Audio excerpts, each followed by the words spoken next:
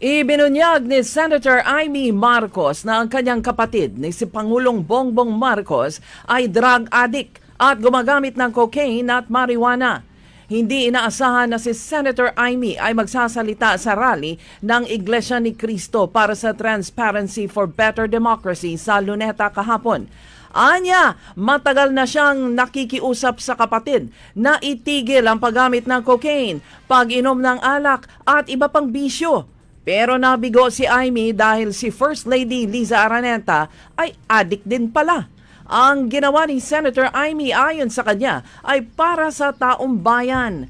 Nanawagan siya sa kapatid na umuwi na sila sa Ilocos at siya ay magparehab. Ibinunyag din niyang si Representative Sandro Marcos na anak ng Pangulo ay addict din. Ang masakit niya, kinukumbinsi nila ang mga anak ng senador na magdroga na din.